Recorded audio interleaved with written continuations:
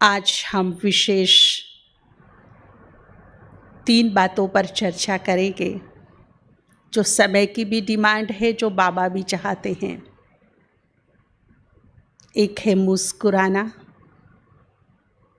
दूसरा है शुक्राना और तीसरा है अब किसी का दिल मत दुखाना। अगर ये 3 बातें हम अपने जीवन में लेके चलें तो हमारे पुरुषार्थ में तीव्रता आ जाएगी, जीवन जीने का एक ढंग आ जाएगा, जीवन खुशियों से और सुखों से भर जाएगा, मन संतुष्ट और तृप्त हो जाएगा और इस कलयुग के अंत में ही हमें सतयुग जैसा अनुभव होगा। भगवान के साथ का एक निराला सुख मिलेगा। मुझे याद है बाबा के वो महावाक्य जो लास्ट टाइम बाबा ने बोले। विशाल सभा थी, अव्यक्त बाबा पहले बहुत गंभीर मुद्रा में गए, सबको बहुत गंभीरता से दृष्टि दे रहे थे, निहार रहे थे और फिर बाबा ने बहुत ही उम्मीद भरी दृष्टि से एक बात कही कि बाबा की एक लास्ट इच्छा है अपने बच्चों से, एक लास्ट इच्छा। फिर बाबा थोड़ी देर के लिए, कुछ सेकंड के लिए साइलेंस हो गए। सबके मन में एक जिज्ञासा पैदा हो रही थी कि क्या लास्ट इच्छा है। फिर बाबा ने वो अपनी लास्ट इच्छा बताई कि बाबा अपने हर एक बच्चे को खुशनुमा देखना चाहते हैं। फिर बाबा ने बोला कि उदास, निराश, टेंशन वाले फेस बाबा को अच्छे नहीं लगते। बाबा को तो छोड़ो, यहाँ लौकिक माता पिता बहुत सारे बैठे हैं, अगर बच्चा उदास हो, निराश हो, टेंशन में हो तो किसको अच्छा लगेगा। जब यहाँ देहधारी माता पिता को अपने बच्चे उदास अच्छे नहीं लगते हैं तो वो तो परम पिता है, परम माता पिता है। और केवल कहने के लिए नहीं कि हमने आज तक उसको कीर्तन में, आरती में माता पिता तुम हम बालक तेरे ये कह के बुलाया, परंतु हकीकत ये है कि वो वास्तव में हमारा माता पिता है। बस फर्क इतना है कि यहाँ के जो माता पिता हैं वो शरीरों के हैं, वो आत्मा का है, परंतु फीलिंग माता पिता वाली है उसके पास। जैसी आपकी आपके बच्चों के साथ फीलिंग्स हैं, ऐसी ही उसकी भी है। तो जैसे हम यहाँ अपने बच्चों को उदास हताश नहीं देख सकते, तो बाबा को भी वो चेहरे अच्छे नहीं लगते हैं। तो बाबा ने अपनी अंतिम लास्ट एक इच्छा जाहिर की अपने बच्चों के सामने कि खुश रहो, खुश रहो। क्यों? क्योंकि वो परम शिक्षक भी है हमारा, और ऐसा परम शिक्षक कि पेपर पहले से आउट किए हुए सब, और पेपर आउट होने के बावजूद भी हम फेल हो जाएं तो कैसे स्टूडेंट है फिर। समय को देखते हुए बाबा ने समय के हमें बहुत पहले से इशारे दिए हैं। ये जो अभी हमने पीछे 2 साल का ट्रेलर देखा, इसका इशारा तो 30 साल पहले दे दिया था बाबा ने। आप सभी को ज्ञात हो कि एक अव्यक्त मुरली का एक पैराग्राफ व्हाट्सएप पे बहुत वायरल हुआ था उस समय। वो ही सिचुएशन, वो ही स्थिति जो कई साल पहले बताई थी ऐसा टाइम आएगा, और वो आया। पहली बात तो हमें ये ध्यान रखना है कि परमात्मा के महावाक्य अंतिम सत्य होते हैं, उसके ना पहले कुछ ना बाद में कुछ। अंतिम और संपूर्ण सत्य भगवान के महावाक्य होते हैं। परमात्मा के महावाक्यों को काटने की ताकत तीनों लोकों में किसी के पास नहीं है। जो उसने बोल दिया वो संपूर्ण सत्य। क्योंकि परमात्मा का जब डेफिनेशन आता है, उसके नाम का अर्थ निकाला जाता है तो सत्य से शुरुआत होता है। सत्यम शिवम सुंदरम, संपूर्ण सत्य। भगवान में विश्वास मतलब उसके महावाक्यों में फेथ। ये नहीं कि हम भगवान में तो विश्वास कर रहे हैं परंतु उसकी बातों पे विश्वास नहीं है मुझे, तो कहीं ना कहीं मेरा निश्चय डामाडोल है, विश्वास पक्का नहीं है। विश्वास पक्का हो तो उसकी एक एक बात में विश्वास, ऐसा विश्वास मेरा उसके ऊपर होना चाहिए। बाबा को पता है कि खुशियों का अकाल आया है संसार में, लोग मुस्कुराना ही भूल गए हैं। थोड़ी सी खुशी के लिए बड़ा सा इन्वेस्ट करते हैं, घर से बाहर भागते हैं, आउटिंग के लिए जाते हैं, जीभ को टेस्ट देने के लिए जाते, आंखों को टेस्ट देने के लिए जाते, कानों को सुख देने के लिए जाते, परंतु जाते जाते और आते आते ही वो खत्म हो लेता है। जेब खाली करके आते तो भी वो स्थायी नहीं रहता है। एक अफ्रीका से भाई आए, उन्होंने कहा मैं बहुत नोट कर रहा हूँ, रीड कर रहा हूँ फेस को, कि आज से 20 साल पहले जो चेहरों पे नूर होता था, एक मुस्कुराहट होती थी, वो नहीं रहा अभी। हर चेहरा टेंशन में है। आप कभी सड़क पर जहाँ बहुत भीड़ होती है ना, रश होता है, वहाँ खड़े होके 5 मिनट नोट कीजिए आते जाते लोगों को, मुस्कुराहट खत्म हो गई है, खुशी खत्म, नूर खत्म। तो ऐसे में एक अलख जगानी है, हमें हर हाल में खुश रहना है। बाबा ने यहां तक बोला, बच्चे तेरा सब कुछ जाता हो जाने दे, जाएगा। ये संपूर्ण सत्य है और अंतिम सत्य है। जितनी जल्दी हो हम इसे एक्सेप्ट कर लें। जिस दिन मेरा ये देह छूटेगा उस दिन मेरा सब कुछ जाएगा। और ये संपूर्ण सत्य है, अंतिम सत्य है। जिस दिन जन्म हुआ उसी दिन मेरी जाने की भी तिथि और तारीख तय हो गई थी, लेकिन इस बात को मैं एक्सेप्ट नहीं करती हूं। मैं ही नहीं रहूंगी तो मेरा क्या रहेगा, है? और यदि आत्मा बंधी रही तो वो बंधन, वो मृत्यु, और यदि आत्मा ने बंधन मुक्त होकर उड़ान भरी तो वो मुक्ति, वो सुखदायी स्थिति। अब मेरे हाथ में है कि मुझे मृत्यु को प्राप्त करना है बंधनों में बंधकर, या मुझे एक सुंदर सी उड़ान भरनी है। अब आप देखिए, आप शिमला जाइए, कुल्लू मनाली जाइए, वहाँ बहुत स्नोफॉल होता है, बहुत चारों तरफ बर्फ होता है। तो जब हम वहाँ जाते हैं तो हमें एक कूलिंग, अलग से एक ठंडक का आभास होता है, क्योंकि वहाँ बर्फ है। आप साउथ की तरफ चले जाइए, वहाँ बहुत हाई टेम्परेचर होता है, वहाँ गर्म फील होगा। जब आत्मा ऊपर की ओर उड़ान भरेगी तो ऊपर कौन है? कौन है ऊपर? और वो कौन है, क्या है वो आनंद सागर, शांति का स्रोत है। जैसे जैसे आत्मा उसके पास जाएगी, आत्मा को वो ही फीलिंग आने लगेगी जो उसमें है। जैसे बर्फ के पास जाने से ठंडक फील होती है, अग्नि के पास जाने से गर्म फील होता है। जब हम शांति के सागर, सुख के सागर, आनंद के सागर के सानिध्य में जाएंगे, उसकी तरफ बढ़ेंगे, तो आत्मा को अनुभूति कैसी होगी? दुख की होगी, खिंचाव की होगी, लगाव की होगी, तड़फ की होगी। एक ऐसी अनुभूति होगी कि उसे आभास होगा कि नीचे तो कीड़े मकोड़ों की दुनिया है, आनंद तो यहाँ है। ये है मुक्ति की स्टेज। मुक्ति जिसके लिए पूरी उम्र व्यक्ति कामना करता है, फिर डरता क्यों है? डरता मृत्यु से है, क्योंकि मृत्यु तब कष्टदायी हो जाती है जब आत्मा में बहुत सारे बंधन होते हैं और वो बंधन उसे खींचते हैं चारों तरफ, तब वो देह से अलग नहीं हो पाती, तो मृत्यु होती है। और जब वो बंधनों से मुक्त हो जाती है, वो स्वीकार करा के अपने को रखती है कि मेरा तो कुछ भी नहीं है, मेरा तो ये शरीर भी नहीं, जब मैं इस धरा पर आया था नाम भी मेरा नहीं था, वो भी किसी और ने ही बख्शा मुझे। और जब जाऊंगा तो उसी कंडीशन में जाऊंगा जिस कंडीशन में बस एक पुण्यों की और दौलत की दुआएं तो साथ चलेंगी, बाकी सब यही छूटेगा, सब यही छूटेगा। इसीलिए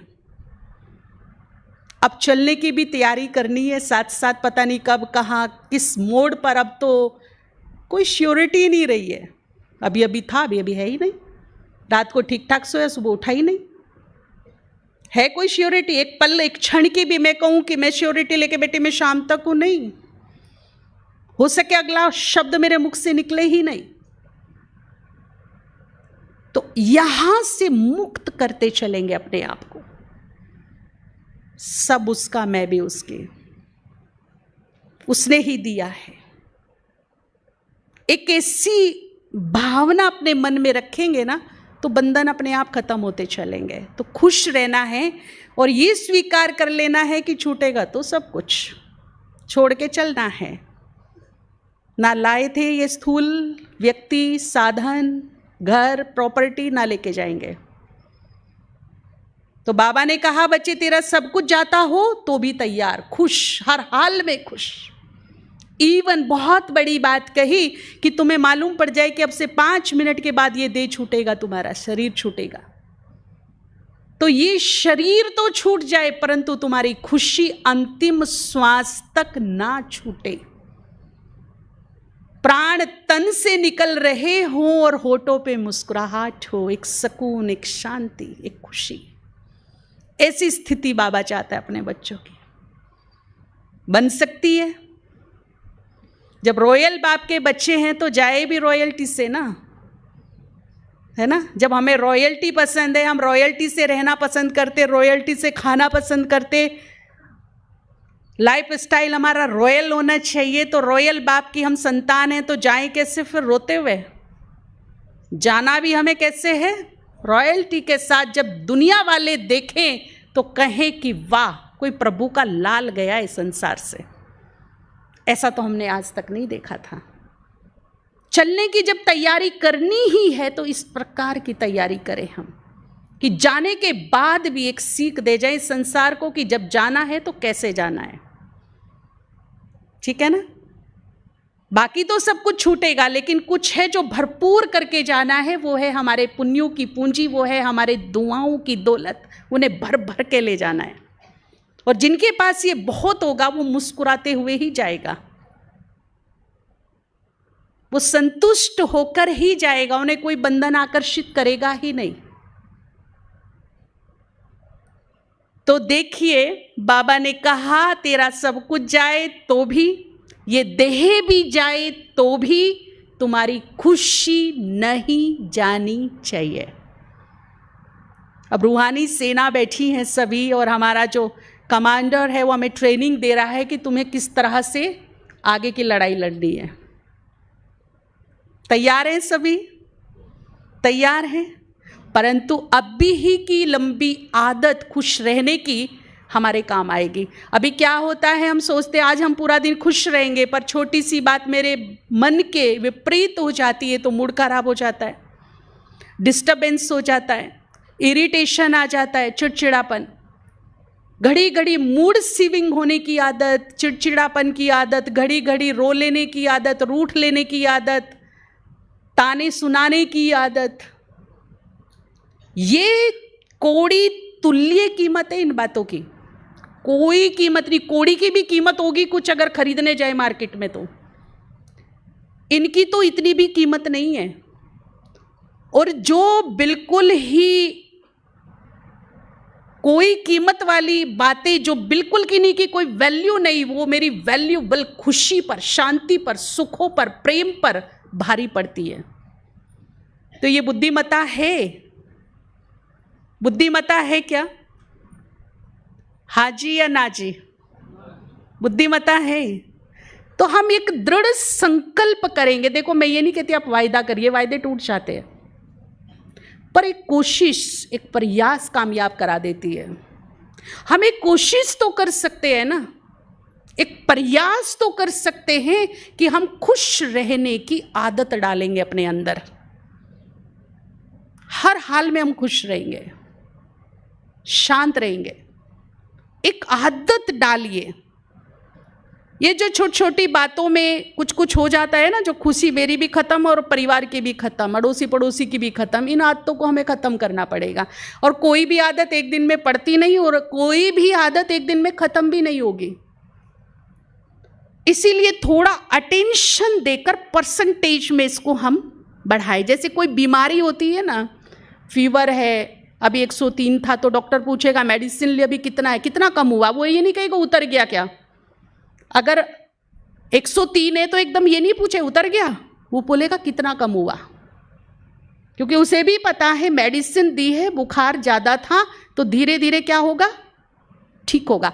तो ये लंबे समय की जो हमारी आदत है ना, गुस्सा हो जाना, नाराज हो जाना, रूठ जाना, रो लेना, मूड खराब करना, इरिटेट हो जाना, दूसरों को कर लेना, ये एक दिन में ख़त्म नहीं होगा।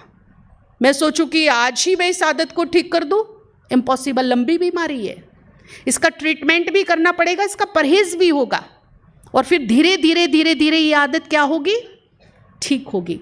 हम क्या करते हैं कि आज बस प्रतिज्ञा करके उठी हूं पूरा दिन खुश रहूंगी, खुश का माहौल बना के रखूंगी, और सिचुएशन ऐसी हो गई, क्योंकि माया भी कान लगा के सुन रही होती है, देखो तू कैसे खुश रहती, मैं बैठी हूं ना अभी।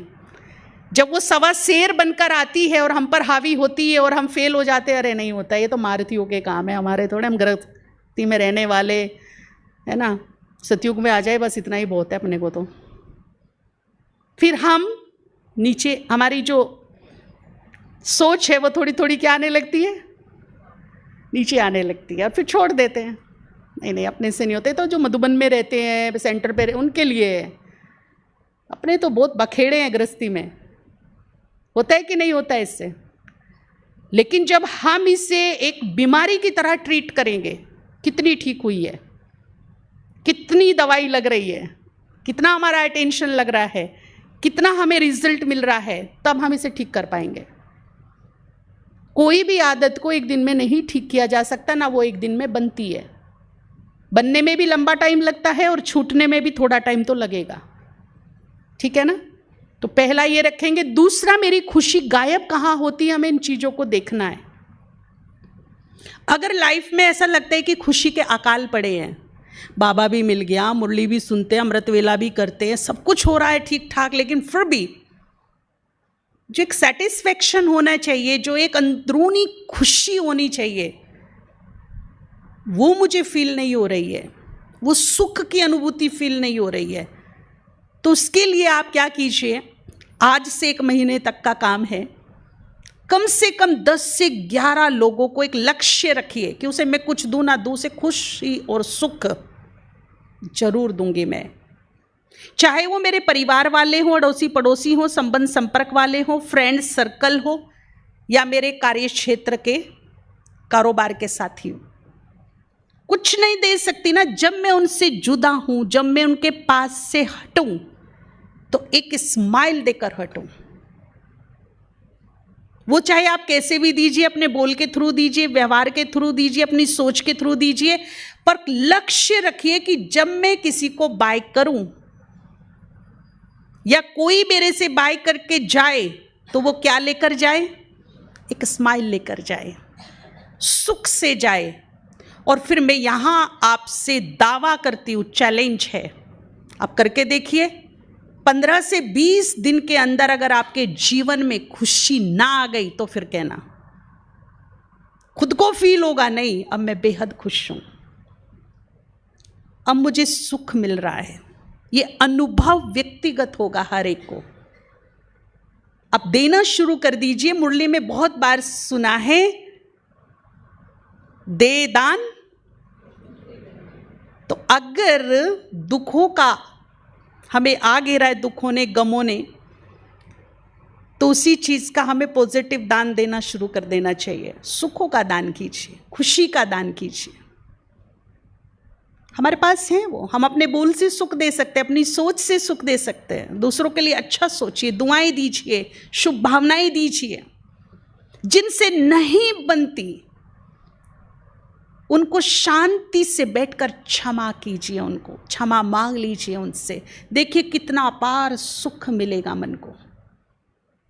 अपने मन को समझाइए, जिनसे नहीं बनती कुछ तो कारण है, एक से ही क्यों नहीं बनती, बाकी से तो बन रही, तो उस आत्मा से क्या कारण है जो बन नहीं रही है। अगर कारण खोजेंगे तो समझ में आएगा कुछ तो गड़बड़ हुई है, यानी कि मेरी उसकी पिछले जन्म में क्लोजिंग बेस्ट नहीं हुई, तो बिगनिंग भी ठीक नहीं है। आप क्या चाहते हैं कि अंत क्लोजिंग ऐसी हो, फिर अगली भी बिगनिंग ऐसी हो। अब तो हमारा फाइनल क्लोजिंग पीरियड चल रहा है।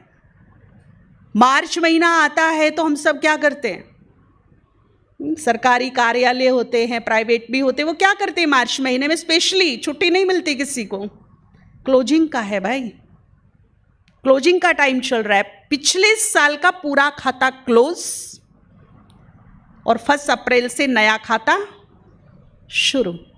तो यूं समझ लीजिए कि संगम युग के उस कागार पर हम आ पहुंचे हैं जहां हम सबका मार्च महीना चालू हो गया है, क्लोजिंग पीरियड। जो ये 63 जन्म का है ना हिसाब किताब, ये मुझे अभी इसी वक्त में बड़े शॉर्ट पीरियड में क्लोज करना है। और इस क्लोजिंग पीरियड में नए खाते में बना डालूं तो ना तो मेरे पास वक्त है ना सामर्थ्य है। अगर पिछली मोटी मोटी गांठें गठड़ी अब तक मेरे से खुली नहीं है, वो क्लियर नहीं हुई, और नई नई मैं बना के और रख दूं, तो मेरे पास ना सामर्थ्य ना शक्ति ना वक्त। उन्हें खोलेगा ऊपर वाला, और जब वो खोलेगा उसके खोलने का ढंग आप सोच भी नहीं सकते क्या होगा। इसीलिए तौबा तौबा कर लीजिए नए कर्म कड़े खाते बनाने की। अच्छे जरूर बनाइए, अच्छों की तो झोलियां भरी है, उनको खोलने की जरूरत ही नहीं पड़ेगी, परंतु जो बुरे हिसाब किताब हैं उनसे तौबा, पूरे खानदान की तौबा हो जाए। अटेंशन, तीव्र पुरुषार्थ, इस समय की जो भारी भरकम डिमांड है, नए खाते मत बनाओ, बिल्कुल नहीं बनाओ। और उसके लिए क्या है कि जो नए बनाने नहीं, पुराने खत्म नहीं हो रहे, हिसाब किताब है वो किसी ना किसी, अब कलयुग का अंत चल रहा है, कई कई बार ऐसा होता है हमारे पास भाई बहनें आते, जी हम तो बिल्कुल राइट हैं, हम बिल्कुल सही है, पर सामने वाला हमें परेशान कर रहा है। तो एक बार हमारे साथ भी ऐसी बात हो गई थी, मैं और मेरा भाई हम ऐसे झगड़ रहे थे आपस में, तो वो कहता मैं ठीक हूं, मैं कहती मैं ठीक हूं। हमारी दोनों की बात हमारे फादर के पास गई कि तुम दोनों ही गलत हो। क्यों? तो उन्होंने बहुत अच्छी बात समझाई। आप सड़क पे जा रहे हो, राइट साइड चल रहे हो जहां आपको चलना चाहिए, रोंग साइड ट्रक आ गया और आपको वो आते हुए दिख रहा है, और आप चिल्ला रहे आई एम राइट, ट्रक गलत है, ट्रक गलत है, चिल्लाए जा रहे हो, अपने को राइट साबित कर रहे हो, और सामने से देख रहे कि ट्रक स्पीड से आ रहा है और आप चिल्ला रहे ट्रक तो गलत है, आई एम राइट, मैं बिल्कुल ठीक हूँ, मैं ठीक रोड पे ठीक साइड पे चल रही हूँ।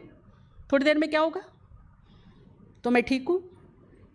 ये कलयुग का अंत है भाई।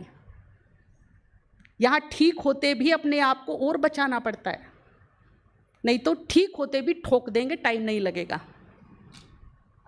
ठीक है ना? इसीलिए मैं अपनी साइड तो हूं, मुझे और साइड हो जाना चाहिए, अपने बचाव के लिए, अपने फेवर के लिए, अपनी भलाई के लिए, अपने कल्याण के लिए और साइड। टकराने में कोई फायदा, चोट मेरे ही लगेगी। समझ में आ गया?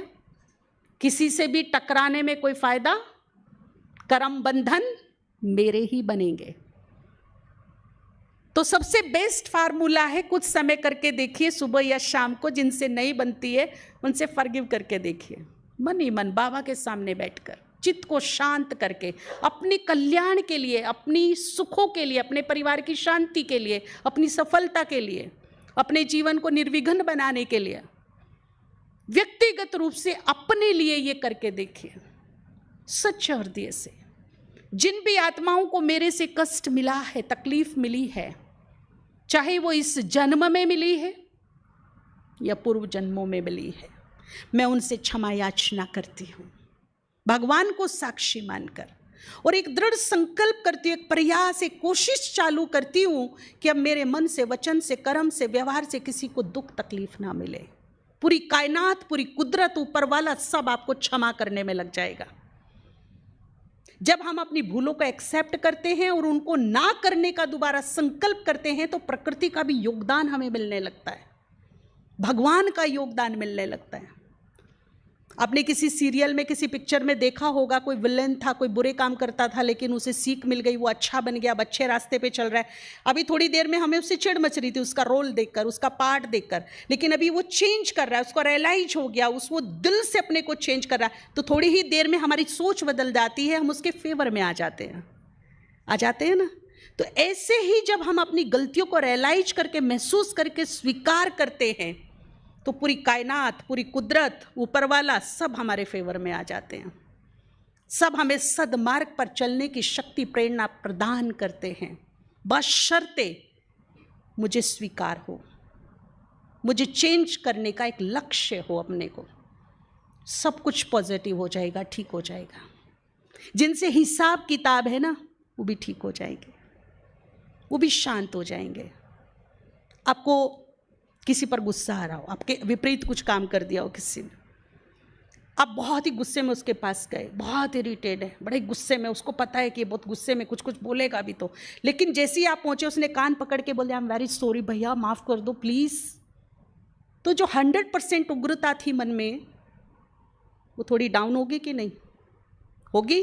प्रैक्टिकल बताइए। बिल्कुल, क्षमा यही काम करती है। जिनसे हमारे कड़े हिसाब किताब इस जन्म में या पूर्व जन्म में, मन की उग्रताओं को क्षमा क्या करती है, और इससे हमारी जो भोगनाएं हैं वो क्या हो जाती है, डाउन हो जाती है। हर हाल में मेरा ही फायदा है, पर ये नहीं कि गलती करते रहो माफी मांगते रहो, गलती करते रहो माफी मांगते रहो, ये नहीं। एक कोशिश, एक प्रयास, एक लक्ष्य रखिए। नहीं, अब भी नए कर्म बंधन नहीं बनाने हैं, ठीक है ना। तो जिनसे नहीं बनती उनको क्षमा याचना कीजिए, किसी से माफ़ी मांग लीजिए। मिर्जा गालिब की बड़ी सुंदर 2 लाइनें हैं कि इस तरह जीवन को सुखी सरल बना लिया, किसी से माफ़ी मांग ली, किसी को माफ़ कर दिया, जीवन का आनंद आ गया। यही तरीका बचता है। उलझने का वक्त तो है नहीं हमारे पास, बदलाई लेना है तो संभाल के रखिए। द्वापर युग में तो तलवारें निकालिए, खूब युद्ध करिए, किसने मना किया, लेकिन अभी हमें टाइम इजाज़त नहीं देता है ये सब करने के लिए, ठीक है ना। दूसरी बात, हमारी खुशी गायब होती है जब हम दूसरों से कामनाएं रखते हैं, उम्मीदें रखते हैं, और खासकर अपनों से। परायों से तो बहुत कम होती है, पर अपनों से बहुत होती है हमारी कामनाएं। होती है कि नहीं? एक फार्मूला अपना सेट कर लीजिए, कामनाएं 100, खुशी 0। और यदि खुशी को 100 पर ले जाना है तो कामनाओं को कहाँ ले आओ? किसी से कोई कामना नहीं, कोई कामना नहीं। जब हमारी कामनाएं पूरी नहीं होती ना, हमारा मूड खराब होता है, संबंधों में कड़वाहट आती है, दूरियां बढ़ती हैं, लड़ाइयां होती हैं, मनमुटाव होते हैं। अरे मुझे तेरे से ये उम्मीद नहीं थी भाई। एक तो मेरा मन खराब, मेरी खुशी गायब, मेरी शांति गायब, और दूसरा जो हमारे रिलेशंस में दूरियां आती हैं, कड़वाहट आती है, वो बहुत खराब होता है। उससे एक नया सूक्ष्म कर्मबंधन तैयार होता है जो आगे के लिए क्रिएट होता है। तो इन चीज़ों से हमें बचना है। माताओं को बहुत होती है, मेरी बहू मुझे पूछती नहीं है, बेटा सम्मान नहीं देता, देखो बहू को तो कैसे लेके घूमता है, माँ की पूछता ही नहीं, केयर ही नहीं करता, मेरी बात ही नहीं मानता है ना, मुझे प्यार ही नहीं देता, ये तो शांति ही नहीं रखती हमारे घर में। बहुत सारी ऐसी रोज़मर्रा की कामनाएं होती हैं छोटी छोटी, जो हमारी भारी भरकम खुशी पे, प्रेम पे, सुखों पे, हमारे संबंधों पे भारी पड़ती है। छोटी छोटी बातें होती हैं। आज मैं एक ऐसा फार्मूला आपको बताऊंगी, अगर समझ में आ गया तो जीवन तर जाएगा। बस समझना है उस फार्मूले। एक भाई एक बड़े सुंदर से जल के मटके से जल निकाल रहा था।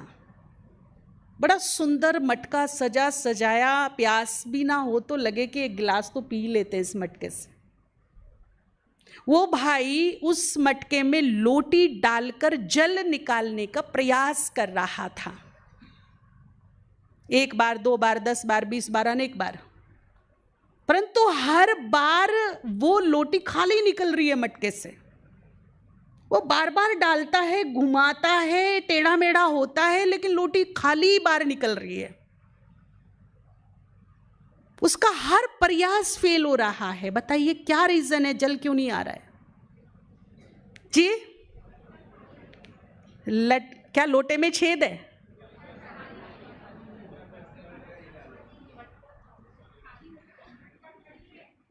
और इधर क्या बोल रहे हैं? पानी का स्तर कम है। और क्या बोल रहे हैं? पानी ही नहीं है। लोटी बड़ी है, मटका छोटा है। कुछ आंसर सही आए हैं। मटका सूखा है, ना के बराबर है पानी, सूखा ना के बराबर। आप 1 बार 10 बार 50 बार 100 बार डालिए, लोटी क्या आएगी? इतनी सी बात समझनी है। कलयुग के अंत में हर आत्मा रूपी मटका सूख चुका है, ना के बराबर है। हम जिनसे प्यार की कोशिश कर रहे हैं ना, कभी झांक के देखना, जो प्रेम की परसेंटेज है आत्मा में वेरी लो, उसके लिए भी सफिशिएंट नहीं, मुझे कहां से देगा? और जिसके पास है ही नहीं, मैं कितनी भी बार लोटी डालूं डालूं डालूं डालूं परेशान रहूं, कहां से देगा? जिससे मैं शांति की कामना कर रही हूं, कभी झांक के देखा उसके जीवन में शांति है क्या? जिससे मैं सम्मान की कामना कर रही हूं, कभी ध्यान से देखना उसके पास आत्मसम्मान नाम की कोई चीज है? वो खुद को रेस्पेक्ट नहीं दे सकता है, उसके पास सेल्फ रेस्पेक्ट नाम की चीज नहीं, मुझे कहां से देगा वो? क्योंकि बहुत लो में आ गई है, सूख चुके हैं हर मटके, कलयुग के अंत से गुजर रही हैं, खाली हो चुके हैं। और खाली मटकों से हम लेने की कामना कर रहे हैं, तो ये मेरी बुद्धिमत्ता है क्या? मिलेगा क्या? मिलेगा? तो जिनसे हमारी कामनाएं हैं ना, उम्मीदें, वो खाली हो चुके हैं, उनके पास नहीं है। उनकी आत्मा में वेरी लो परसेंटेज बची है, ना के बराबर है, उनके लिए भी नहीं है। ऐसी हालत हो गई है। और हम सम्मान दे, मुझे पूछ, मुझे मेरी बात मान, प्यार नहीं करता, शांति नहीं रखती, कितनी हमारी कामनाएं हैं। और सुबह से शाम तक मूड खराब, रोना रूठना, तबीयत खराब, माहौल खराब, खुशी गायब, चेहरे ऐसे कि कहते हमें भगवान मिला। एक बार देख लो चेहरा जरा, भगवान तो सो है ना, कैसे चेहरे होता है, हाँ बाबा है मेरे पास। वो दूसरे भी हंसते, अरे देखो तो सही क्या बोल रही है, आंसू भी पहुंचे, बाबा है, बाबा सब देख रहा है, वो है मेरे पास, तो कैसा लगेगा बोलो? है अच्छा ठीक है, उनके मटके तो खाली है, भरा मेरा भी नहीं है, पर खाली भी नहीं है। मैं सागर से जुड़ी हूं, भरा मेरा भी नहीं है, परंतु खाली भी नहीं है, फुलफिल भी नहीं हूं, इसमें कोई डाउट नहीं है, परंतु खाली भी तो नहीं हूं ना। जब मैं उसका ध्यान करती, कुछ शांति की बूंदें मेरे अंदर आती है।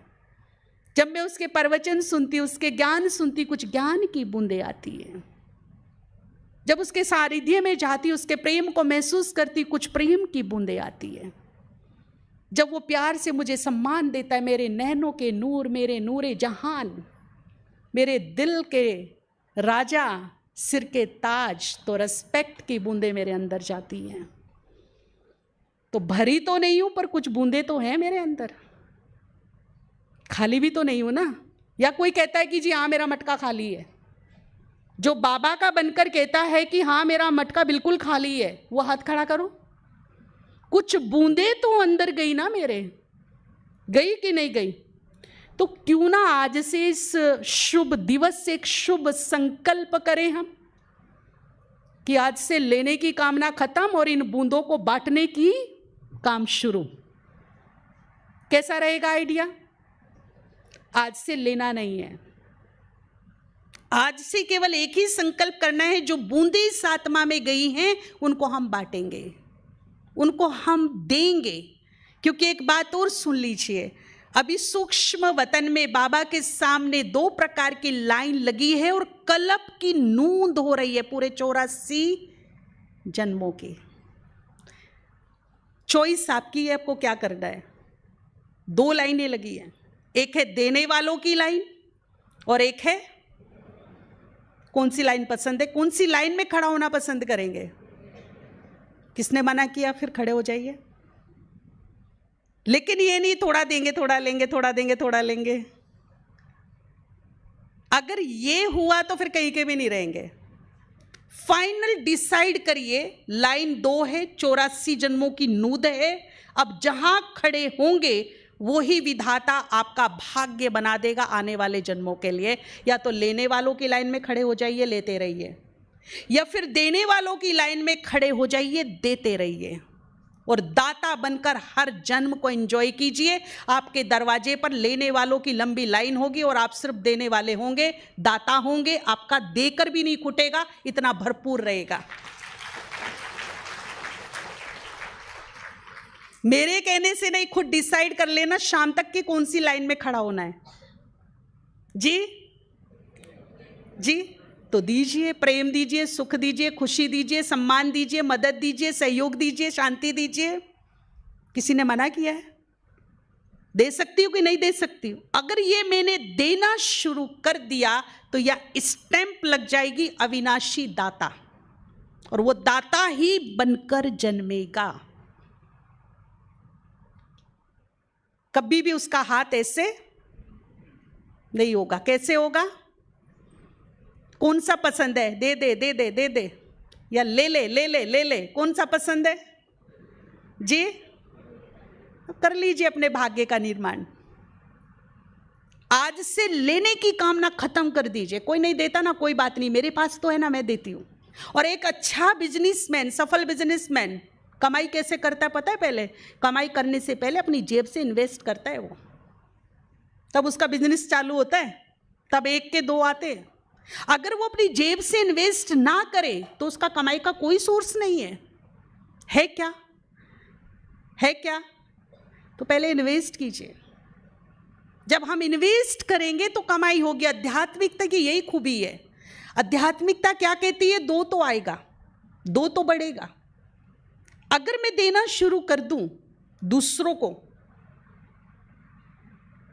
तो बढ़ना शुरू हो जाएगा, कुछ ऊपर से कुछ नीचे से।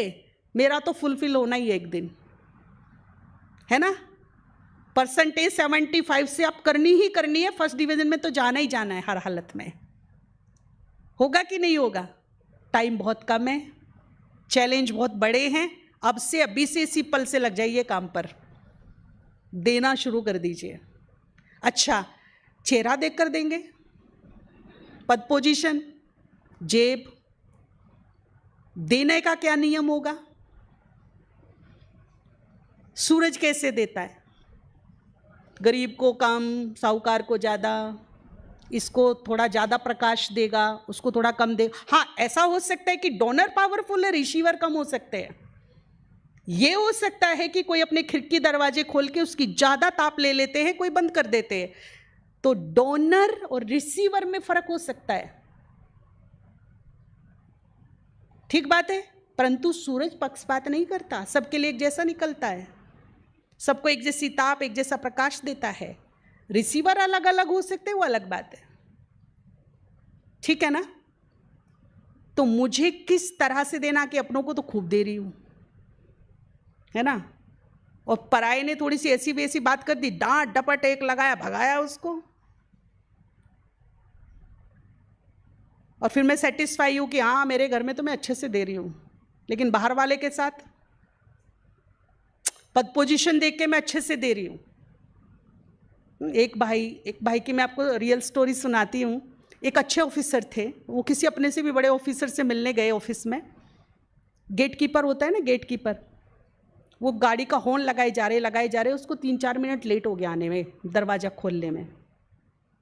जब उसने गेट खोला, उसने अपना कांच डाउन किया नीचे गाड़ी का, उसको इतना डांटा ना, तमीज़ नहीं है, ड्यूटी ठीक से नहीं करते हो, दिमाग ठीक है तुम्हारा, खूब सुनाई उसको। जब वो ऑफिस में पहुंचा बड़े अफसर से मिलने के लिए, तो पता चला कि अफसर जो है 3 घंटा लेट है, कोई अर्जेंट मीटिंग में है, 3 घंटे के बाद आएंगे। अपॉइंटमेंट थी उसी टाइम की, लेकिन अर्जेंट मीटिंग की वजह से 3 घंटा लेट हो गए। अब ऑफिस में 3 घंटा बैठा, तीन सवा तीन घंटे के बाद वो अफसर आया, खड़ा होके सलाम, जी सर, जी सर, जरूरत से ज़्यादा रेस्पेक्ट।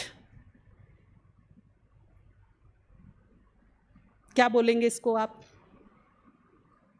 वो केवल 3 मिनट लेट था, गेट कीपर। उसके साथ मेरा व्यवहार क्या था? और अफसर 3 घंटा, सवा 3 घंटा लेट आया, उसके साथ मेरा व्यवहार क्या था? तो मैंने शरीर को, पद पोजीशन को देखकर रेस्पेक्ट दिया, वो दाता नहीं।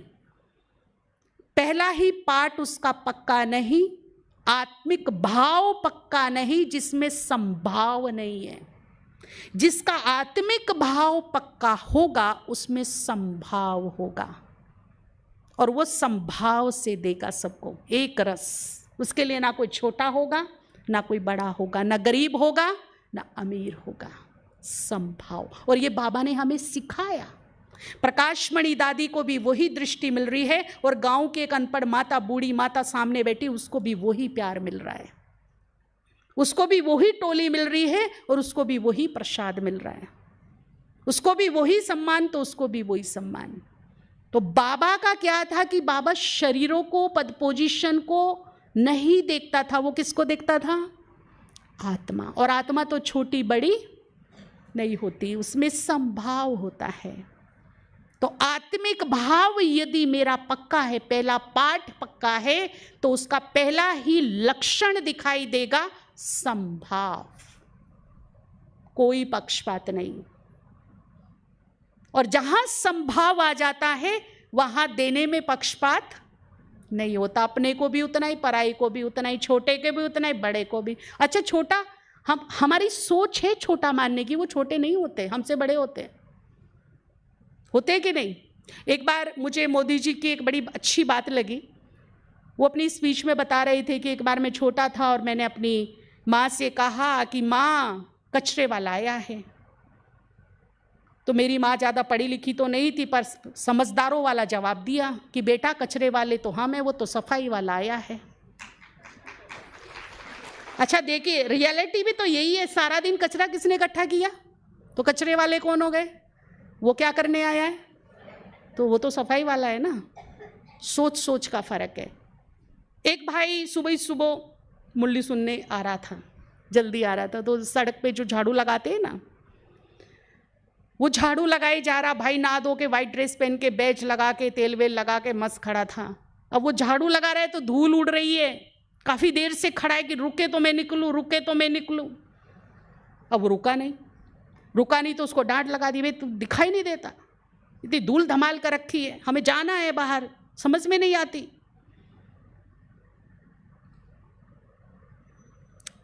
अगर वो झाड़ू वाला 2 महीने सड़क पे झाड़ू ना लगाए तो, और मैं आपको देती हूँ, उसको 10,000 मिलते हैं, आपको 50,000 देती हूँ, आप लगाओ, लगा सकते हो? जो काम मैं नहीं कर सकती, दूसरा कर रहा है, तो कहीं ना कहीं वो मुझसे बड़ा है, उसकी सामर्थ्य मुझसे बड़ी है, तो वो ताने सुनने के लिए नहीं है, डांट सुनने के लिए नहीं है, सलाम के लायक है वो, उसको सलाम कीजिए। काम छोटे बड़े नहीं होते हैं, सामर्थ्य को देखना चाहिए।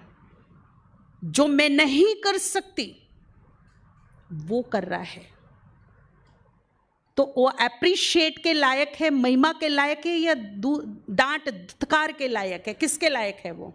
और कभी ना आप एक प्रैक्टिकल प्रयोग करके देखिएगा, कभी मेरे कहने से, कभी आप सुबह सुबह आइए, वो जो झाड़ू लगाते रहते हैं ना सड़क पर, उनके पास जाइए, उनकी पीठ थपथपाइए जरा, शाबाश, थैंक यू सो मच, आपकी वजह से हमें एक साफ़ सुथरा माहौल मिलता है, हम साफ़ सुथरी सड़क पर चलते, जो काम हम नहीं कर सकते ना भैया, वो आप करते हो, थैंक यू सो मच।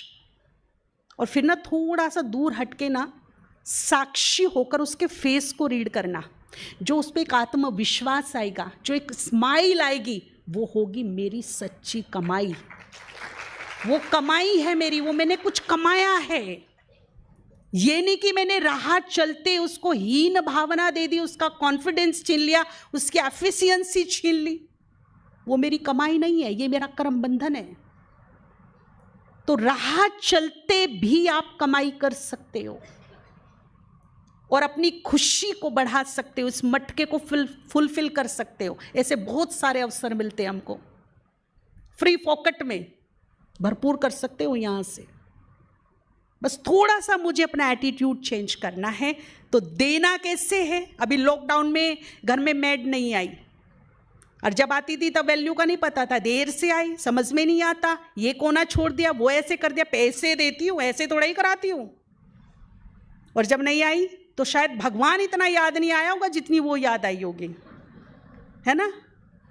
समझ में आया ना फिर उसका वैल्यू। ठीक है, उसकी मजबूरी है, वो तुम्हारे पास साथी है। तो जब वो जाए, एक बार एक स्माइल, एक थैंक यू, एक अप्रिशिएट करके भेजिए उसको, ताकि उसका एक आत्मविश्वास, एक स्माइल के साथ, एक खुशी के साथ, एक कॉन्फिडेंस के साथ, एक नई एनर्जी के साथ वो जाए और अगले दिन फिर एक एनर्जी के साथ आपके घर में आए। और ये है दोस्ती करने के ढंग, फेवर में लाने के ढंग। जितना मैं अप्रिशिएट करती हूँ दूसरों को, उतना वो मेरे फेवर में आएगा। अब आप सुनिए, हम भजन कीर्तन आरती में क्या करते हैं? जागरण जागराते करते हैं, इनमें हम क्या करते हैं? भगवान की महिमा, यानी कि अप्रिशिएट। अगर अप्रिशिएट करके भगवान मान सकता है तो इंसान तो कितना इजी है, उसको अपने फेवर में लेना, उसको राजी करना कितना इजी है। तो एक बार, भले ही काम मेरे अनुकूल ना हुआ हो तो भी एक बार ये जस्ट अप्लाई करके देखना। मेरे अनुकूल काम नहीं हुआ ना तो भी उसके समझा करके ढंग से। अब क्या होता है, समझाने के भी दो तरीके होते हैं। एक तो होता है डांट डपट के। हमारे यहाँ शांतिवन में हमारा एक बहुत अच्छा कांच का वो था, वो तोड़ दिया सर्वेंट ने बर्तन मांजते हुए, एक भाई ने, जो लेबर्स आते हैं उन्होंने। तो मैंने उसको अच्छे से डांट लगा दी, देख के नहीं काम कर सकते, पहले भी तोड़ा था अभी भी तोड़ दिया, ढंग से नहीं काम कर सकते हो तुम। भाई जी अंदर बैठे थे, तब तो कुछ बोले नहीं। जब वो चला गया ना तो मुझे बुलाए, इधर आओ। बोला, मैं एक बात सोच रहा था, जो बात आपने उसको डांट के बोली बहुत अच्छी, बोलना चाहिए था, पर जो डांट के बोली वो आप प्रेम से समझा भी तो सकती थी ना। तीसरा नेत्र खुल गया कि जो हम डांट के बोलते हैं वो हम प्रेम से भी तो समझा सकते हैं। सही बात है कि नहीं? है कि नहीं? वही बात हम प्रेम से समझा भी तो सकते हैं जो डांट के बोल रहे हैं। इससे कितने सारे फायदे, तो मेरी पीस, माहौल, प्रेम, नजदीकियां सब बरकरार रहेंगी। और सबसे बड़ी बात कि कोई नया कर्म बंधन न, कोई नया कर्म बंधन। एक दिन ऐसे ही हुआ, शांतिवन में अपने रूम पे खड़े थे, चाबी का ना इतना बड़ा गुच्छा मेरे हाथ में था। तो एक भाई नीचे खड़ा था, नीचे मैं ऊपर थी। उसने कहा, बहन जी चाबी दियो मेरे को। तो मैंने ना ऐसे हाथ उठाया, जैसे मैंने ऐसे हाथ उठाया ना, रे रे रे रे, उसने ऐसे कर लिया, रुको रुको रुको रुको। तो मैंने कहा, तुमने ही तो मांगी है। कहता, बहन जी मैंने देने को बोला, फेंकने को थोड़ा ही बोला। तो समझ में आया, देना और फेंकना दोनों में भारी भरकम अंतर है कि नहीं? जब मैंने फेंकने की कोशिश की तो उसने अपना बचाव किया, और जब मैंने देने का पोज बनाया तो उसने लेने की कोशिश की। दोनों हाथ फैलाकर कैच करने की कोशिश की। तो हमारी शिक्षा जो देने का ढंग है, समझाने का जो ढंग है, समझाइए, जरूर समझाइए, पर फेंकिए नहीं शिक्षा को। हम क्या करते? क्रिटिसाइज, टॉन्ट, गुस्सा, बदले का भाव, नीचा दिखाना, और फिर कहते हम तुम्हें सिखाई तो रहे हैं ना, बताई तो रहे हैं ना। लेकिन उसमें कितने भाव समाये हुए हैं जो उसकी आत्मा पर चोट कर रहे हैं। और जब उसकी आत्मा पर चोट हो रही है तो वो क्या कर रहा है? बच रहा है। और फिर एक दिन इतना बचेगा, इसका तो काम ही है, चल बोलता रहे, वो इतना बच जाएगा एक दिन, चाहे वो आपका खुद का बेटा भी क्यों ना हो, नहीं सुनेगा। और जिस दिन मुझे देने का ढंग आ गया, जब मेरी वाणी में सम्मान होगा, शुभ भाव होगा, अपनापन होगा, प्रेम होगा, और जब मैं उसे दूंगी तो वो क्या करेगा? ऐसे लेगा, कैच करेगा कि नहीं नहीं, आप बिल्कुल सही बोल रहे हो, आप मेरे वेल विशर हो, मुझे अच्छी तरह पता है और मैं पूरी कोशिश करूंगा। बोलेगा कि नहीं बोलेगा? ढंग सीखिए। सिखाना है, परंतु कैसे सिखाना है? फेंक कर नहीं, देकर। फेंकना नहीं, अपने शब्दों को देना है। देंगे तो कैच होगा, फेंकेंगे तो बचेगा। सीधा सा फार्मूला है ना? तो सिखाइए, तो अपनी जो घर में आती है ना छोटे काम वाले, ये जो भी हैं, एक बार तो जरूर उनकी पीठ थपथपाइए, उनको अप्रिशिएट कीजिए। घर में जो भी परिवार में है आपके, अब भाई लोग नौकरी से आते हैं, बिजनेस से आते हैं, और वो माता ने बड़ी मेहनत से खाना बनाया, नमक ऊपर नीचे, अरे तेरे को अक्ल आएगी कि नहीं आएगी? अब उसने भी तो 2 घंटे लगाए, भाई गलती हो गई, कोई बात नहीं, आप उसे खा लीजिए, खाना तो बहुत अच्छा था, पर कल नमक का थोड़ा ध्यान रखना, वैसे तो आपके हाथ में अन्नपूर्णा का वास है, कोई बात नहीं, हो जाता है ऊपर नीचे। तो कल क्या करेगी वो? 3 बार चक चक के देखेगी, बढ़िया से बढ़िया बने, बढ़िया से बढ़िया बने। और यदि मैंने डांट डपट करके मूड खराब कर दिया, अरे लो रोज इनके लिए मेहनत करूंगी, सुनो एक दिन भी ऐसा क्या है, हम भी तो लगे रहते हैं घर में, तो भावनाओं में टकराव शुरू हो जाता है। और जब भावनाओं में टकराव शुरू होते हैं तो मूड पर असर आता है, मूड स्विंग होने लगते हैं। और जब मूड पर असर आता है तो फिर नाराजगी दिखती है ना। और नाराजगी में कुछ ऐसे बोल निकल जाते हैं जो नहीं, भाई नाराज, फिर बोलते अरे मैं नाराज थी ना उस टाइम, तुम क्यों मूड दिल पे ले रहे हो ये बात, है ना, बोलते हैं ना। फिर वो शब्द कहते हैं ना कि रही मन धागा प्रेम का मत तोड़, टूटे से फिर ना जुरे जुरे, तो ये वाली स्थिति आ जाती है। जुड़ तो जाता है पर कहीं ना कहीं क्या आ जाती है। तो इसीलिए अपने घर को, अपने आसपास के माहौल को हम क्या बनाएंगे? खुशनुमा। जितना हम खुश रहेंगे, खुश रहने की आदत डालेंगे, दूसरों को खुशियां देंगे, उतना हमारी खुश नसीबी बढ़ती रहेगी, बढ़ती रहेगी, बढ़ती रहेगी। और लोग हमें कहेंगे सामने से आके, तुम बहुत खुश नसीब हो। हमारी खुश नसीबी लोगों को दिखाई देगी, ठीक है ना। तो आज से इस भट्टी से अप्लाई करेंगे, एक नेचर बनाएंगे। क्या क्या नेचर बनाएंगे? बाबा की अंतिम इच्छा। और दूसरी नेचर शुक्राना, हर हाल में शुक्राना, है ना।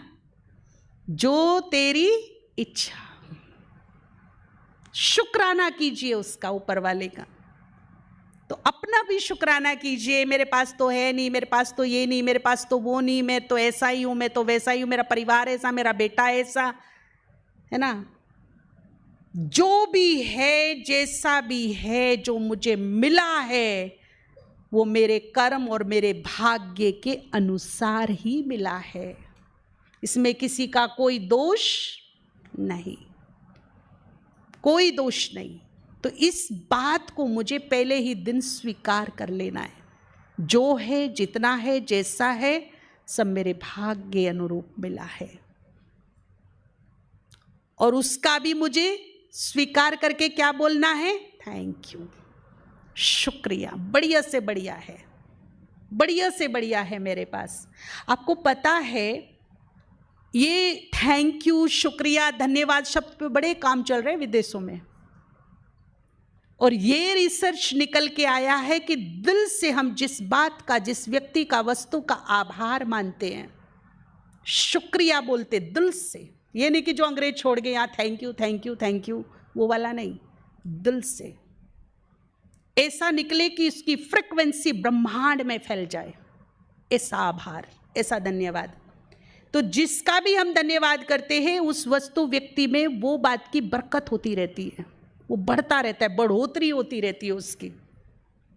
और हमने भी ये कराया प्रयोग, खुद भी किया, और रियली रिजल्ट्स देखे, सही में बरकत होती है।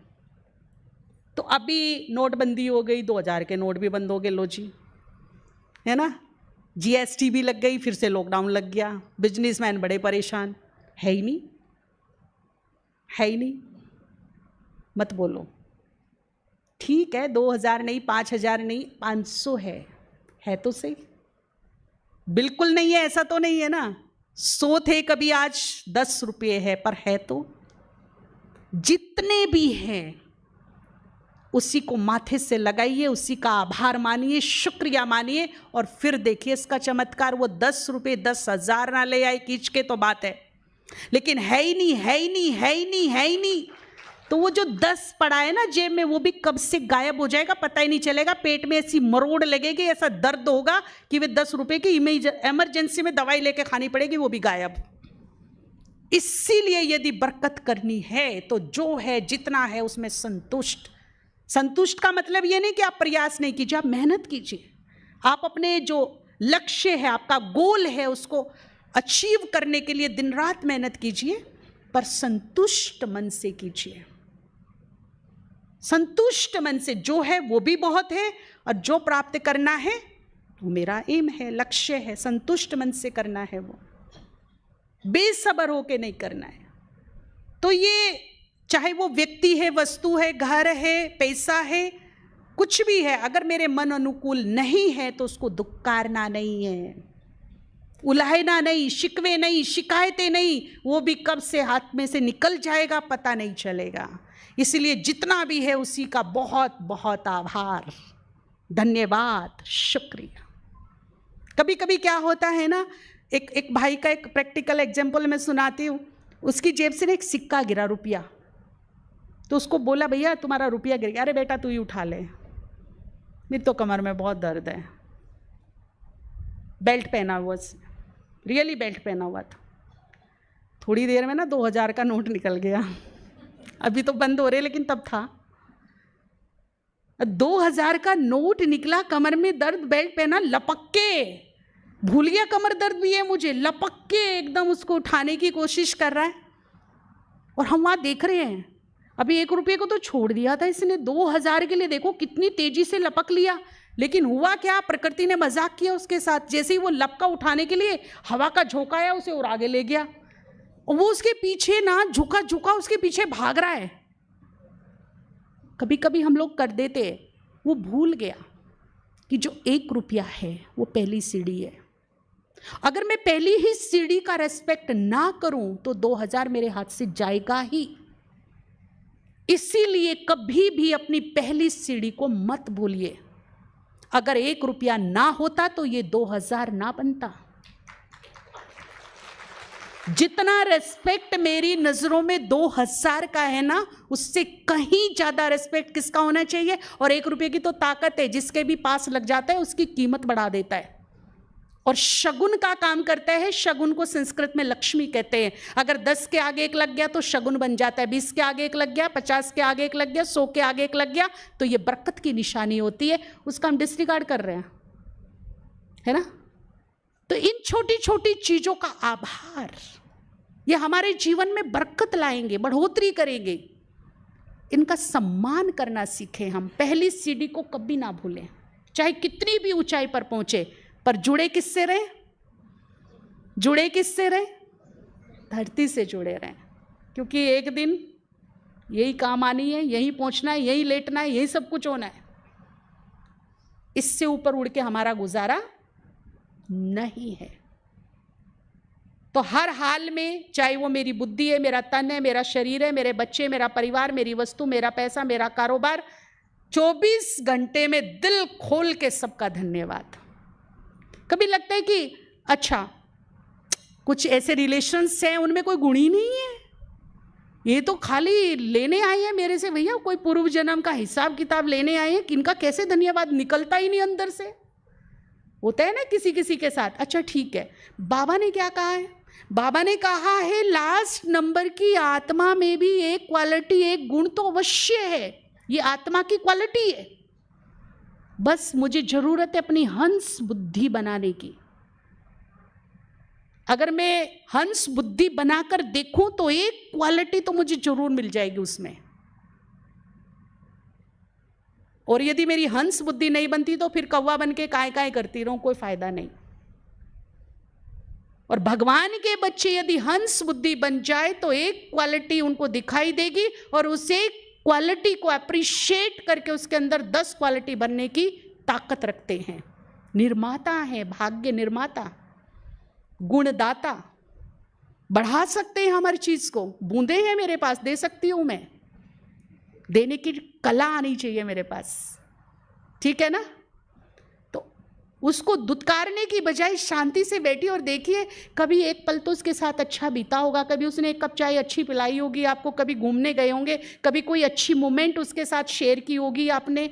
उस पल को, उस क्षण को, उस गुण को, उस बात को, उस टैलेंट को याद कीजिए और उसी का धन्यवाद देना शुरू कर दीजिए। एक बात और बता रही हूँ, सीक्रेट है। अगर हम किसी का गुण देखते हैं ना, कमियां, एक होता है अवेयरनेस होना, वो तो जरूरी है, परंतु चित्त में रख लेना, चिंतन करना, प्रसाद की तरह उसे बांटना। तो क्या होता है, अवगुण उसका थोड़े दिन में पता चलेगा, मेरा भी हो गया, ये कमी तो उसकी थी, ये मेरे में भी आ गई। क्यों? क्योंकि मैंने उसे चित्त में रखा,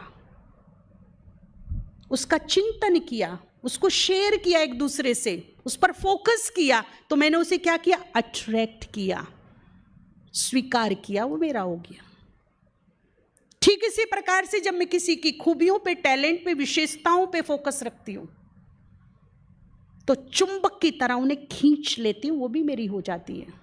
अब मेरे ऊपर है कि मुझे हंस बुद्धि बनकर गुण को अट्रैक्ट करना है, क्वालिटीज को, या फिर नेगेटिविटी को। इसीलिए बाबा हमेशा सचेत करते हैं, बच्चे हंस बुद्धि बनो, क्योंकि जो तुम अट्रैक्ट करोगे, जिस पर तुम फोकस करोगे, जिसका तुम चिंतन करोगे, एक दिन वो तुम्हारी भी हो जाएगी, चाहे वो अच्छाई हो या फिर बुराई हो। अब बुद्धिमत्ता किसमें है, वो आप सो लीजिए, सभी बुद्धिमान बैठे हैं। मुझे क्या अपना बनाना है, किसी की कमी, किसी का कूड़ा करकट अपने जीवन में लाना है, या किसी की खूबियों को अपने अंदर लेके आना है। जिसका फोकस करेंगे, जिसको चित्त में रखेंगे, जिसका चिंतन करेंगे, वही मेरे पास आएगा, उसे मैं अट्रैक्ट करूंगी, खींचूंगी। ठीक है ना। दूसरी बात है परमात्मा का धन्यवाद। हमने अपना अपनों का किया, चाहे हालात कितने भी क्रिटिकल क्यों ना हो। आज से हम एक दृढ़ संकल्प करेंगे। ओके, लंबा क्लास कराने को बोल रहे हैं, तो हम आज से एक दृढ़ संकल्प करेंगे कि भगवान से उल्हाइने नहीं, शिकवे नहीं, शिकायतें नहीं, किसी भी हालत में नहीं, मरते दम तक नहीं। अच्छी भी सिचुएशन हो, बुरी भी हो, मेरे दिल से हर पल हर क्षण उसके लिए धन्यवाद ही निकलेगा। कर सकते हैं एक दृढ़ संकल्प, आज हम कर सकते हैं। उल्हाइने तो नहीं, चाहे विपरीत परिस्थितियां हो तो भी मेरे दिल से उसके लिए क्या निकले, क्या निकले, क्योंकि वो हमें कुछ नहीं करके दे रहा है, सब मेरे कर्मों का खेल मेरे सामने चल रहा है ना। तो वो उल्हाइनों को, शिकवे शिकायतों को डिजर्व करता है क्या? नहीं ना। वो तो बेटर से बेटर करना चाहता है मेरे लिए, बढ़िया से बढ़िया करना चाहता है। तो हर हाल में उसका आभार, जितना मैं उसका आभार करती चलूंगी, धन्यवाद करती चलूंगी, उतना ही उसकी कृपा दृष्टि की पात्र बनती चलूंगी। हमारे यहाँ दृष्टि का बड़ा महत्व है। भक्ति मार्ग में भी कहते हैं ना, भैया कृपा दृष्टि रखना, तो दृष्टि से भी कृपा मिलती है। और जिसके दिल से हम जिसका आभार करते हैं, धन्यवाद करते हैं, तो मेरे मन की फ्रिक्वेंसी, मेरे मन के भाव वहाँ तक जरूर पहुँचते हैं। और उसकी कृपा दृष्टि, जब उसकी दृष्टि पड़ेगी तो खाली नहीं होगी, उसमें कोई ना कोई कृपा समाई होगी, कोई ना कोई कृपा समाई होगी। तो उसके लिए क्या करना है, आज एक होमवर्क करेंगे। 24 घंटे में जब तक जिएंगे तब तक ये होमवर्क है, अंतिम श्वास तक चलेगा ये होमवर्क। 24 घंटे में एक बार तो जरूर करना है। थोड़े सा कुछ टाइम लगेगा, 5 मिनट, 3 मिनट, 2 मिनट, 1 मिनट में भी हो जाएगा। उसके लिए जब हम ज्ञान में नहीं थे, बाबा का हमें परिचय नहीं था, ऐसी कोई 5 प्राप्ति आज अपनी डायरी में लिखिएगा। वैसे तो भूल जाएंगे, लिख लेना बहुत जरूरी होता है, बाद में लिख लीजिएगा, सोने से पहले लिख लीजिएगा। आज फुल डे में सोने से पहले जरूर लिखिए। कुछ ऐसी 5 प्राप्ति ध्यान में रखना जो आपको लौकिक में लगती हो कि ये मुझे भगवान से मिला है, जो दिल से लगता हो कि नहीं ये गॉडली गिफ्ट है मेरे पास, ये भगवान से प्राप्त हुआ है मुझे। 5 से ज्यादा निकल सकती, परंतु कम से कम कितना लिखेंगे? आज सभी अपने जीवन में व्यक्तिगत रूप से देखिए कि मुझे ऐसी क्या 5 चीजें जो मुझे स्पेशल भगवान से मिली है, जो मेरे दिल से कहती हूँ कि ये भगवान से मिला है मुझे। सबकी अलग अलग हो सकती है, किसी का परिवार बहुत अच्छा, किसी का घर, किसी की बुद्धि, किसी के पास कोई टैलेंट अच्छा हो सकता है, किसी के माता पिता बहुत अच्छे हो सकते हैं, है ना, किसी के फ्रेंड बहुत अच्छे हो सकते हैं, फिर कहते हैं तो भगवान की कृपा है मेरे ऊपर। हम जाते हैं ना किसी के, अरे आपका परिवार बड़ा अच्छा, जी भगवान की देन है। वो अपनी देन नहीं समझते, उसको क्या बोलते हैं, ये भगवान की देन है। कोई कोई गाता बड़ा अच्छा है, अरे कितना अच्छा गाते हो जी, भगवान का आशीर्वाद है, गॉडली गिफ्ट है मेरे पास। तो कुछ ऐसी प्राप्तियां हैं हमारे पास जो हमारे दिल से निकलता है कि ये हमें किसने दी है, भगवान ने दी है। ऐसी 5 प्राप्ति लिखिएगा और 6 प्राप्ति ऐसी लिखिएगा जो बाबा के बनने के बाद आपको प्राप्त हुई है। 5 और 6 कितना हो गया, हम 11 इसलिए कर रहे हैं क्योंकि हमें बढ़ाना है, बरकत करनी है। एक आगे लगाया तो क्या होगी, बरकत होगी, है ना। 6 प्राप्ति ऐसी लिखनी है जो ज्ञान में आने के बाद आपको लगता है कि ये मुझे स्पेशल यहाँ आके मिला है ना। क्या हो सकता है वो, थोड़ा डिस्कशन करें ताकि समझ में आए। नहीं, एक बिल्कुल ऐसे रट्टा रटाया नहीं मारना है, जो रियली मुझे मेरे व्यक्तिगत जीवन में मुझे फील हुआ है कि यहाँ आने से, बाबा का बनने से, ज्ञान लेने से ये प्राप्ति हुई है मुझे, वो बताइए। एक एक बताइए हाथ खड़ा करके। जी, भगवान पर निश्चय, पंक्चुअलिटी, जी पॉजिटिविटी, और जी पेशेंस, वेरी गुड, और स्वीकार करना, बहुत बढ़िया बात है जी। और बताइए, मेहरबानी फील होती है भगवान की जी। और बताइए, हाँ अच्छा, भगवान से आपको संबंधों का सुख मिला, आपको नहीं, वो भाई हैं जो पीछे, बैलेंस। अच्छा, आपको लगा कि मेरा विवेक बढ़ा है यहाँ करके जी। आपको देखा, सबका अलग अलग निकल रहा है ना, सबको एक जैसी प्राप्ति नहीं हुई है, किसी को कुछ, किसी को कुछ, किसी को कुछ, तो सबकी व्यक्तिगत होगी। तो कितनी लिखेंगे, हो सकती है 11। अगर ये होमवर्क शुरू कर दिया ना, जीवन जीने का आनंद आ जाएगा।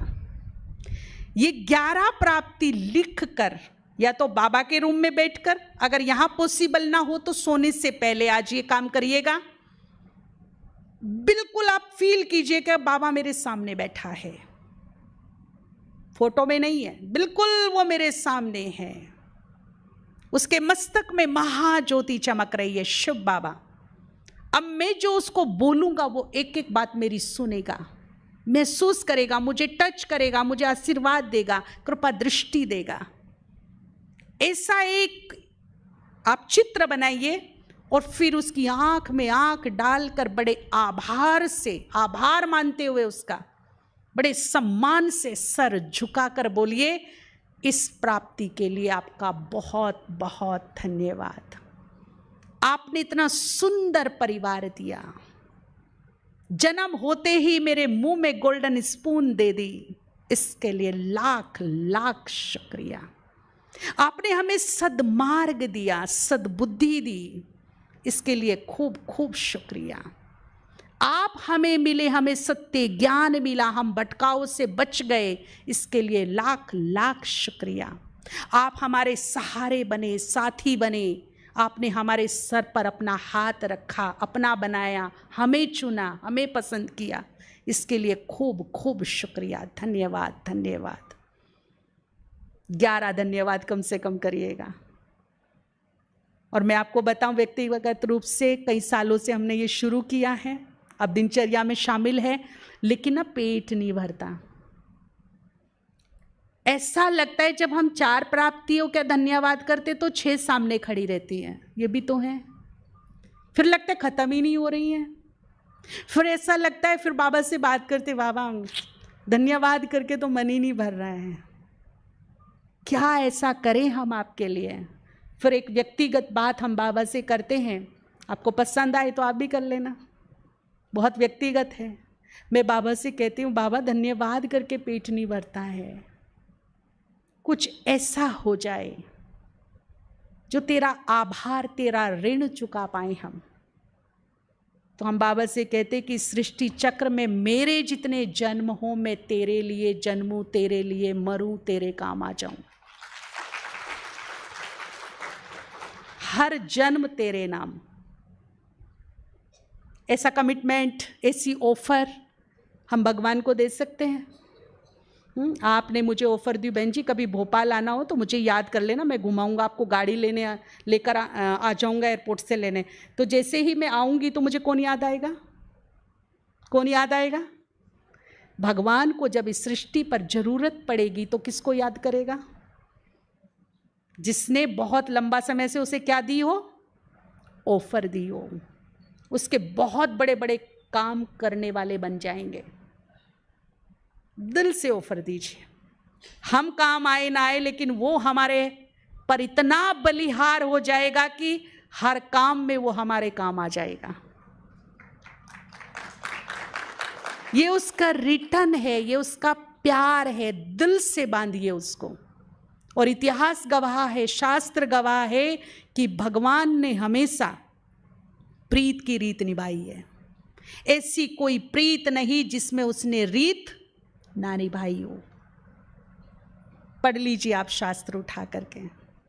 उसने प्रीत की रीत हर हाल में निभाई है। प्रीत रखिए बस आप उससे सच्चे हृदय से प्रीत कीजिए, अपने आप वो बंध जाएगा, अपने आप वो उस प्रीत का ऋणी बन जाएगा, चुकाएगा, आपके काम आ जाएगा। ठीक है ना?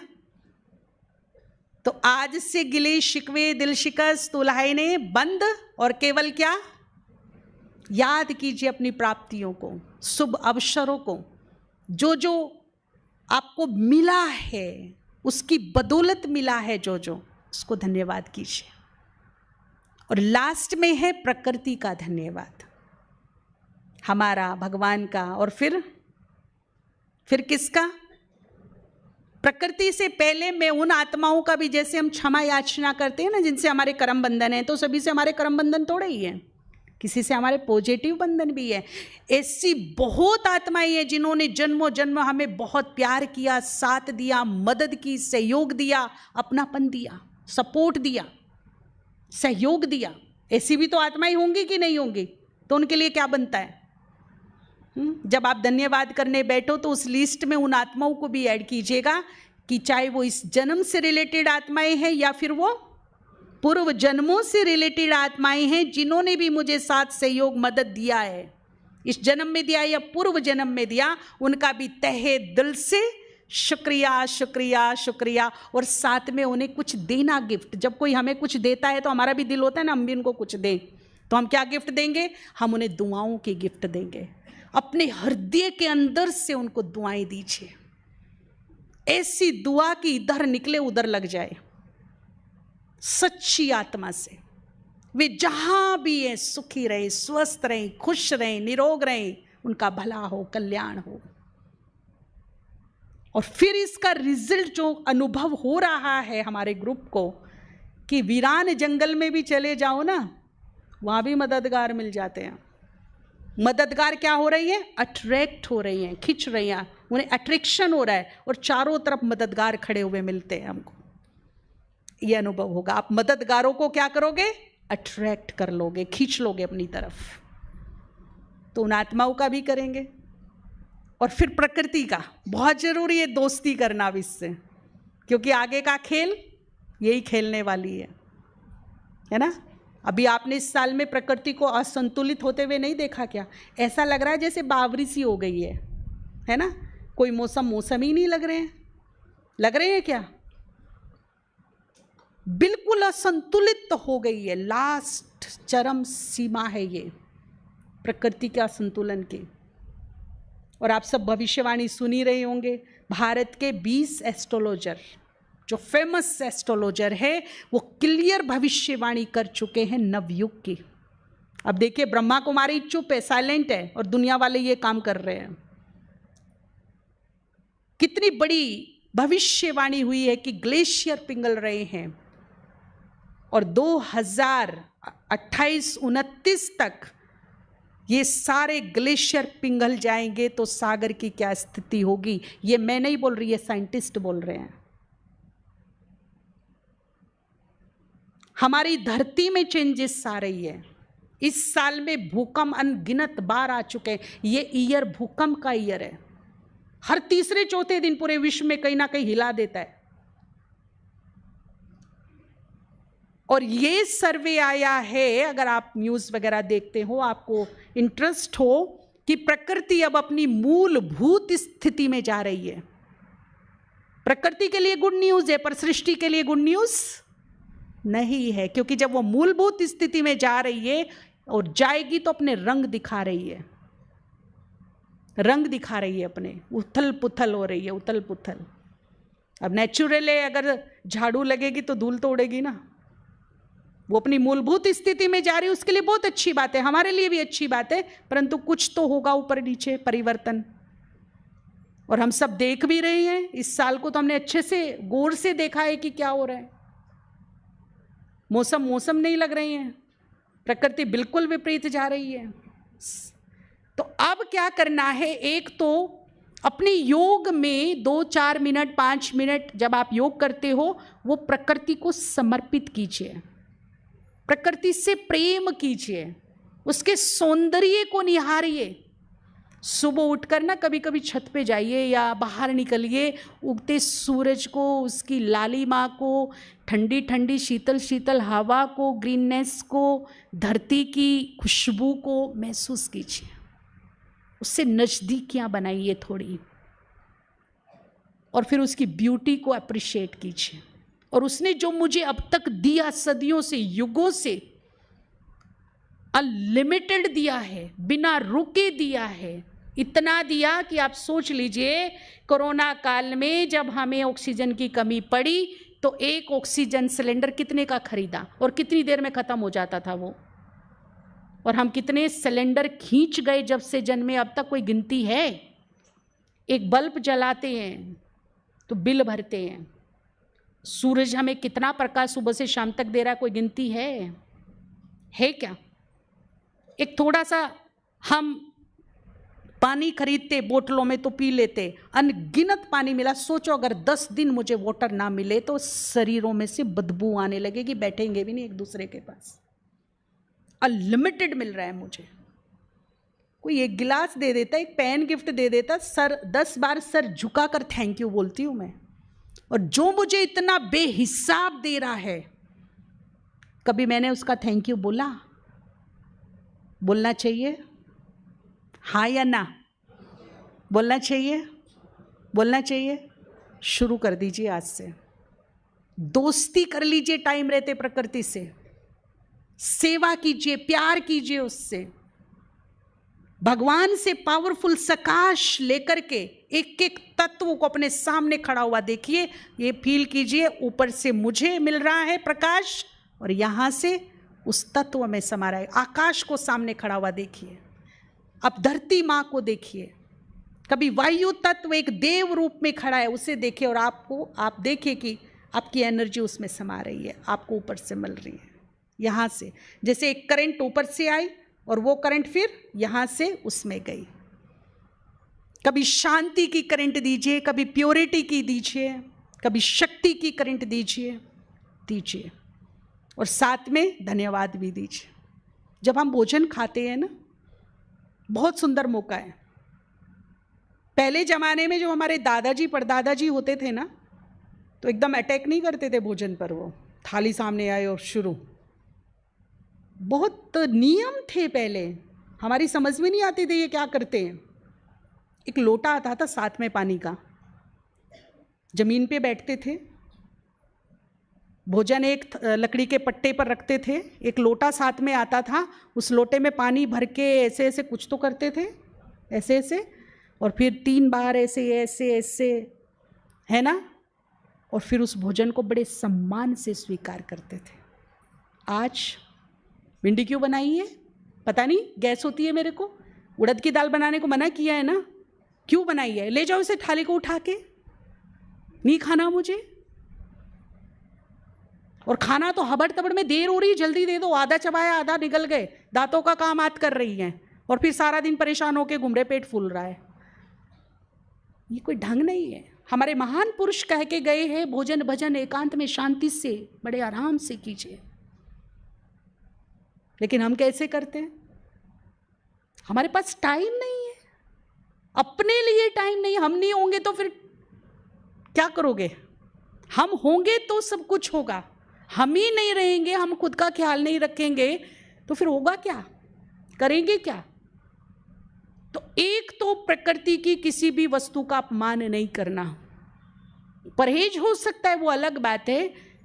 मान लीजिए भिंडी सूट नहीं होती, डॉक्टर ने कहा गैस सी के आपको गैस करती, तो ये नहीं कि उसकी आप ग्लानी शुरू कर दो, 4 को और बोल दे रही भिंडी मत खाइयो, बहुत गैसी के, हटा दो इसको, डाइट में से हटा दो अपनी। एक भाई था जो उड़द की दाल से बड़ा चिढ़ता था, बचपन से उसको ऐसे डर लगता था जैसे सांप हो। उसके सामने आया नहीं कि थाली फेंकी नहीं, गाली गलौज की नहीं उसने, सैकड़ों बार उड़द की दाल का अपमान किया उसने। आप ध्यान रखिएगा कि प्रकृति बदला लेती है, बदला लेती है प्रकृति भी, छोड़ती नहीं है। वो भाई केदारनाथ में जब बाढ़ आई थी ना 2013 में, वहां फंस गया, 8 दिन पानी में फंसा रहा, कीचड़ में। पीने को पानी नहीं था पर पानी में था। बोलते हैं मुर्दे के जूते में साफ पानी था, वो पी लिया उठा के जीने के लिए। कीचड़ तो नहीं खाएगा ना।